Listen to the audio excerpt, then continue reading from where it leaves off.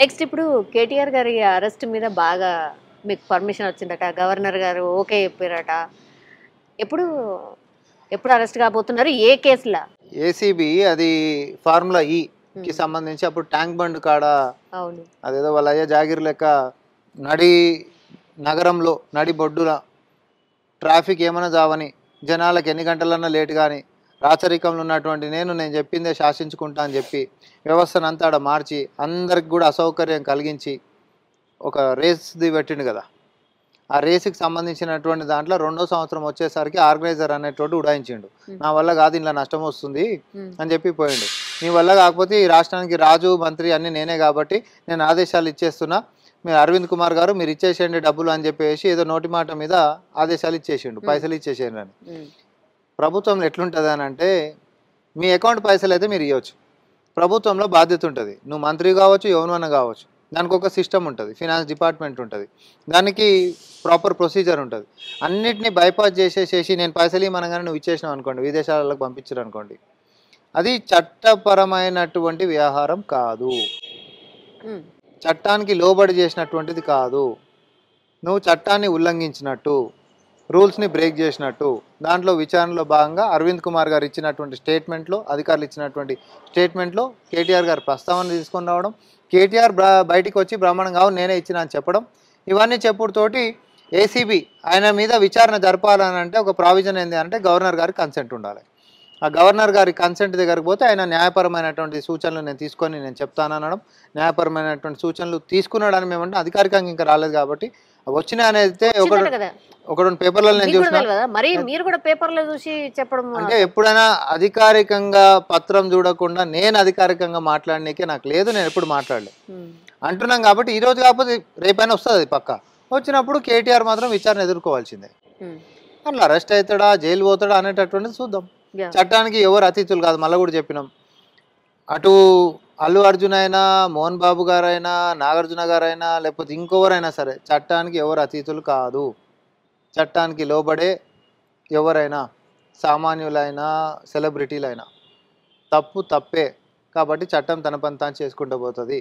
Yeah. ఇందులో తప్పు అని చెప్పి విచారణలో తేలితే కేటీఆర్ కూడా జైలుకు పోతాడు. ఫార్ములా ఈ రేస్ ఒకటేనా, లేకపోతే మాకు చెప్తలేరేమో కానీ వెనకాల ఇంకా వేరే వేరే కూడా పెట్టిరా? పెద్ద లిస్ట్ పెట్టిరా? పెద్ద లిస్ట్ ఏముంటుంది, ఇప్పుడు మనకు తెలిసిందే గొర్రెల కుంభకోణం అనేది బయటకు వచ్చినటువంటి వ్యవహారమే. దాన్ని ఈడీ విచారణ చేస్తుంది. తర్వాత హెచ్ఎండిఏకి సంబంధించినటువంటి కుంభకోణం బయటకు వచ్చింది, దాన్ని కూడా ఈడీ విచారణ చేస్తుంది. ఇప్పుడు ధరణికి సంబంధించి అమయ్ కుమార్ ఎవరైతే ఐఏఎస్ ఉండేనో అసలు వేల కోట్ల రూపాయలు ఎట్లా కొల్లగొట్టిరు దీని అనేటటువంటి దాని మీద అది విచారణ నడుస్తూనే ఉంది. కాళేశ్వరం అనేటటువంటిది కమిషన్తో ఎట్లా విచారణ నడుస్తుందో మన కమిటీతో మనం చూస్తూనే ఉన్నాము. విద్యుత్ కొనుగోలు దాని మీద విచారణ నడుస్తుంది. ఇవన్నీ ఒకసారి విచారణ లోపలికి పోయిన తర్వాత పాలకులు దాన్ని ఇన్ఫ్లుయెన్స్ చేయడానికి ఉండదు. చాలా మంది అంటుంది ఏంటంటే ఇంకెప్పుడు అరెస్ట్ అనగానే మీరే అన్నారు. ఎందుకు అడుగుతున్నారు అంటే మీరే చాలా టైమ్స్ మీ మంత్రులే చెప్పారు కదా, ఇక అరెస్టు, రేపు తెల్లారు అరెస్టు, పొలిటికల్ బాంబులు వేలుతాయి ఇంత అని 2 నెలలు అవుతుంది, ఆల్మోస్ట్ 1.5 month అవుతున్నది. అంటే మేము పెట్టింది టైం బాంబులు, ఆ టైం వచ్చినప్పుడు పేలుతాయి. సో సో ఈడీ దగ్గరకు పోయినప్పుడు మనం ఇన్ఫ్లుయెన్స్ చేయడానికి లేదు కదా సౌమ్య గారు. ఉమ్, ఈడీ విచారణని స్టేట్ గవర్నమెంట్ ఏమి ఇన్ఫ్లుయెన్స్ చేస్తుంది, అది కేంద్ర దర్యాప్తు సంస్థ కదా. యా. సో మనం ఇన్ఫ్లుయెన్స్ చేయడానికి ఉండదు దాన్ని. వాళ్ళు ఒకసారి ఇక్కడ మనము విచారణ చేస్తుంటే దీంట్లో మనీ ఇన్వాల్వ్ అయింది కాబట్టి మేము దీన్ని విచారణ తీసుకుంటామని చెప్పి ఈడీ విచారణ చేస్తాం. ఉమ్, అట్లాంటి దాంట్లో మనం ఇన్ఫ్లుయెన్స్ చేయడానికి ఉండదు. యా. ఇప్పుడు గవర్నర్ దగ్గర నుంచి ఇప్పుడు permission వచ్చింది. హైకోర్టు కింద ఉంది, సపోజ్ హైకోర్టు కింద ఉంది వ్యవహారం, విద్యుత్ కొనుగోలుకి సంబంధించింది. హైకోర్టుని నువ్వు ఎట్లా ఇన్ఫ్లుయెన్స్ చేస్తావు? లేకపోతే కాళేశ్వరంకి సంబంధించినటువంటిది రిటైర్డ్ జడ్జి గారి దగ్గర ఉంది, దాన్ని మీరు ఎట్లా ఇన్ఫ్లుయెన్స్ చేస్తారు? ప్రభుత్వం కానీ పాలకులు కానీ ఇన్ఫ్లుయెన్స్ చేయలేదు. ఉమ్, అది పారదర్శకంగా స్వతంత్రంగా దర్యాప్తు నడుస్తూ ఉంది కాబట్టి చట్టం తన పని తాను చేసుకుంటూ పోతుంటుంది. యా. గవర్నర్ గారి దగ్గరికి వెళ్ళి పర్మిషన్ వచ్చింది. ఎప్పుడు అరెస్ట్ మళ్ళా కేటీఆర్ గారు అరెస్ట్ అన్న వార్త ఒకటి వస్తున్నది.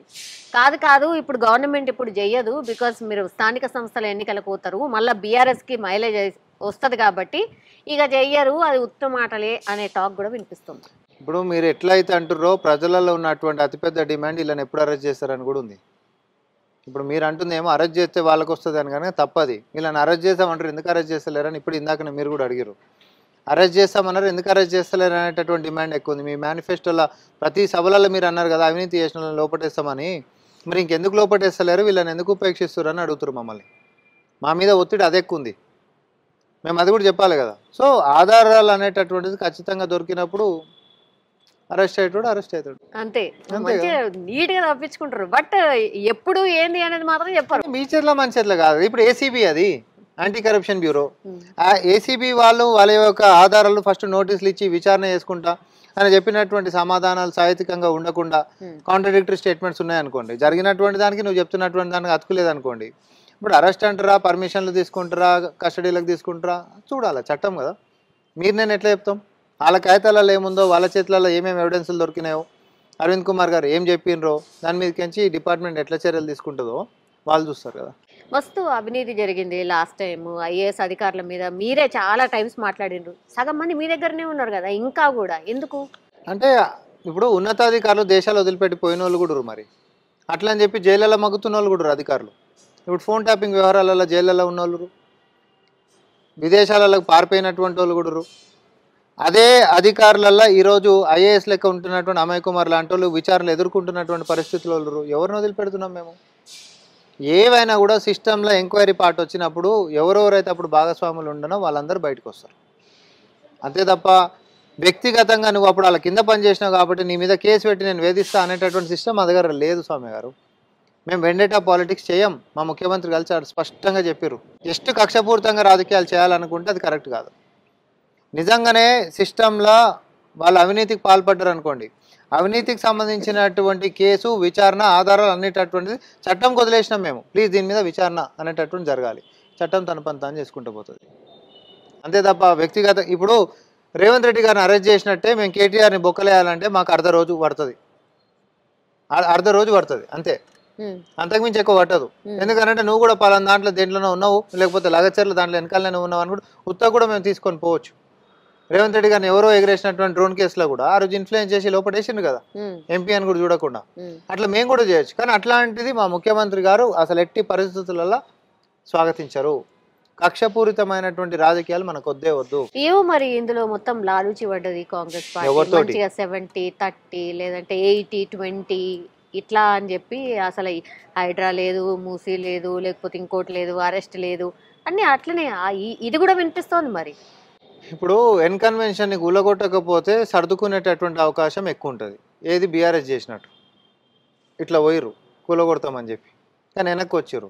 ఆడ మీరు అంటున్నటువంటి ఆమ్యామ్యాలు మాట్లాడుకోనికి ఆస్కారం ఉంటుంది, కానీ పోయి కూలగొట్టేసేసిర్రు, వాళ్ళతోటి ఈరోజు మాటలు అనిపించుకుర్రు అని అంటే ఇక్కడ ఆమ్యామ్యాలకు ఆస్కారాలు లేవు. నేను మళ్ళీ కూడా చెప్తా ఉన్నా, మాదక ద్రవ్యాల విషయం కూడా అంతే. ప్రోత్సహిస్తే ఆమ్యామ్యాలకు అవకాశాలు ఎక్కువ ఉంటాయి, కానీ మాదక ద్రవ్యాల మీద ఉక్కుపాదం మోపితే ఇంకా మేము శత్రువులం అవుతున్నాం. కానీ ఎవరి కోసం చేస్తున్నాం? సినీ ఇండస్ట్రీకి మేము శత్రువులమైనాం. దేనికోసం చేసినాం? తెలంగాణ చెరువులు కాపాడుకోవాలి, తెలంగాణలో మిషన్ కాకతీయ చెరువుల పునరుద్ధరణ అని వచ్చినోడు 1000 కోట్ల రూపాయలు ప్రభుత్వ సొమ్మును దిగమింగేసిరు. పైపెచ్చు అన్యాక్రాంతం అయిపోయిన చెరువులు ఇదే అడుగుతున్నారు. మరి అవన్నీ ఇప్పుడు మీరే అంటారు, మీరు బ్యాక్ రావాలి, బ్యాక్ వస్తాయి అంటారు. కూలగొడుతున్నామో అక్కడ చూడరు, కూలగొట్టరు అందరూ అంటారు. సింపుల్, ఆడ అన్ని పర్మిషన్లతోటి కట్టి ఉంటున్నటువంటివి ఇమీడియట్గా పోయి మన కూలగొట్టనికే ఉండవు. రేకుల లెక్క వ్యాపార లెక్క ఉంటున్నటువంటి మన కూలగొట్టేటివి ఏమేమైతే ఉంటాయో అన్ని కూలగొడుతూనే ఉన్నాము.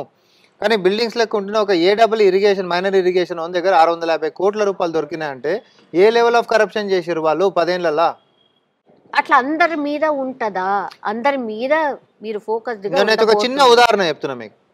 ఆ కింద ఉంటున్నటువంటి స్థాయి అధికారి దగ్గర 650 కోట్ల రూపాయల ఆస్తులు విలువ దొరికిందంటే బీఆర్ఎస్ హయాంలో ఏ లెవెల్ ఆఫ్ కరప్షన్, ఎన్ని చెరువులు వాడు అన్యాక్రాంతం చేపిస్తే కళ్ళు మూసుకుంటే వాడికి అన్ని కోట్లు వచ్చి పడ్డాయి. ఆ చిన్న స్థాయిలోనే అనకొండలు అంత పెద్దగా ఉంటే ఈ పెద్ద స్థాయిలో ఉన్న కల్వకుంట్ల కొండలు ఎన్ని పెద్ద కొండలు ఉండాలి? అన్ని అయితేనే ఉన్నాయి, అన్ని అయితేనే. ఇప్పుడు ధరణి అవుతుంది, ధరణిలో కొనాకొచ్చి ఏడికెళ్తుంది అనేది మనకు తెలియదు కదా. ఇప్పుడే ఎవరు ఇన్ఫ్లుయెన్స్ చేశారు? ధరణికి సంబంధించినటువంటి డేటా అనేది ప్రైవేట్ వాడి దగ్గర ఉంటుండే, కానీ మనం వచ్చిన తర్వాత కేంద్ర రంగ సంస్థకి ఇచ్చినాము డేటా అనేది. మన పబ్లిక్ డేటా, మన ఆస్తుల విలువలకు సంబంధించి ప్రైవేట్ వాడి దగ్గర ఎందుకు ఉండాలి?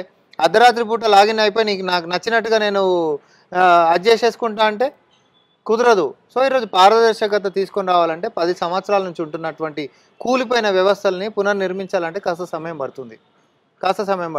3 నెలలు కూడా నిలబడేది ప్రభుత్వం అని మాట్లాడారు. 3 నెలలు నిలబడకుంటూనే ఉందా? ఈ రోజు వచ్చి అంటారు వచ్చే ప్రభుత్వం మాదే అంటారు. అంటే 5 ఏళ్ళకి ఆమోద ముద్ర గుద్దినావు కదా. మళ్ళీ ఎన్నికల దగ్గరకు వచ్చిన తర్వాత నెక్స్ట్ టైం అయితే మేము ట్రై చేసుకుంటాం అనే పరిస్థితికి మేము తెస్తాం. అరే మాకు ధైర్యం ఉంది, మేము ప్రజల గురించి ఆలోచించి పని చేస్తున్నప్పుడు మాకు దమ్ము ధైర్యం ఉంది. నేను ఒకటే చెప్తున్నా, మేము వాళ్ళ గురించి ఆలోచించి చేస్తున్నాం. మాకు వాళ్ళ ఆశీర్వాదం కావాలి, వాళ్ళ మంచి గురించి ఆలోచిస్తున్నాం. స్వయం శక్తి మా గ్యారంటీలు ఏవి, మా గ్యారంటీలు ఏవి అని మాట్లాడుతున్న వాళ్ళకి నేను అంటా ఉన్నా, చాలాసార్లు చెప్పిన.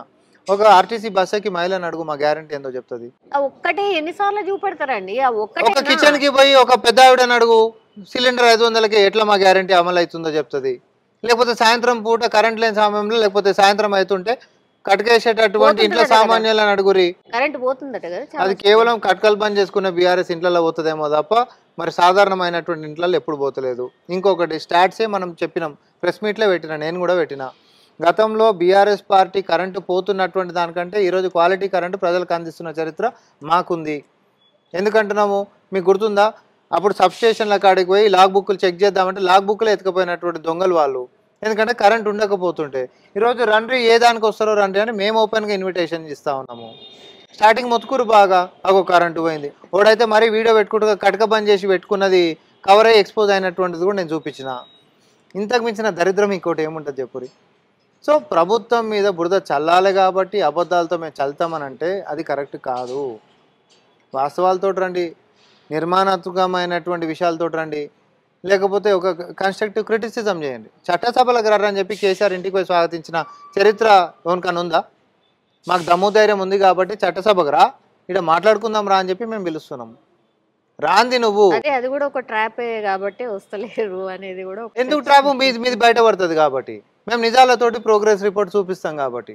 దొంగతనం చేసినోడు భయపడతాడు, దొంగతనం చేసినోడు అబద్ధాలు ఆడినోడు చట్టసభలకు రాడు. కానీ పారదర్శకంగా పరిపాలన, ధైర్యంగా దమ్ము ధైర్యంతో ప్రజలకు అందిస్తున్నటువంటి విషయంలో మేము అన్నిటికీ సిద్ధంగా ఉన్నాం కాబట్టి మేము చట్టసభలకు వస్తున్నాం. రండి బాజాబ్తా అని మేము అడుగుతున్నాం. టీషర్ట్లు వేసుకొని వచ్చి అసలు ఎన్ని రోజులు మీటింగ్ పెట్టుకుందాము, సభ ఎన్ని గంటలు పెట్టుకుందాము, ఏ అంశాలు చర్చిద్దామని పిలిచిన దానికి కూడా నువ్వు వచ్చి నిరసనలు చేస్తే అంటే నీ ఉద్దేశమే ఇక్కడ బయటపడిపోయాయి. మళ్ళీ 16వ తారీఖు నుంచి శాసనసభ ఉంది కదా, ఏం అంటే ఏమేమి పెట్టబోతోంది, ఏంటి బిల్స్? అంటే మేమేం చేసినామో కూడా చెప్తాం, ఏం చేయబోతున్నామో కూడా మేము చెప్తాం. గతంలో ఏం లేకుండే ఇప్పుడు ఏమేమి సాధ్యమైందో కూడా మేము చెప్పాలి కదా. ఇప్పుడు బేరీజ్ వేసుకుంటేనే కదా మా ప్రభుత్వం ఏం సాధించిందో చెప్పగలం మేము.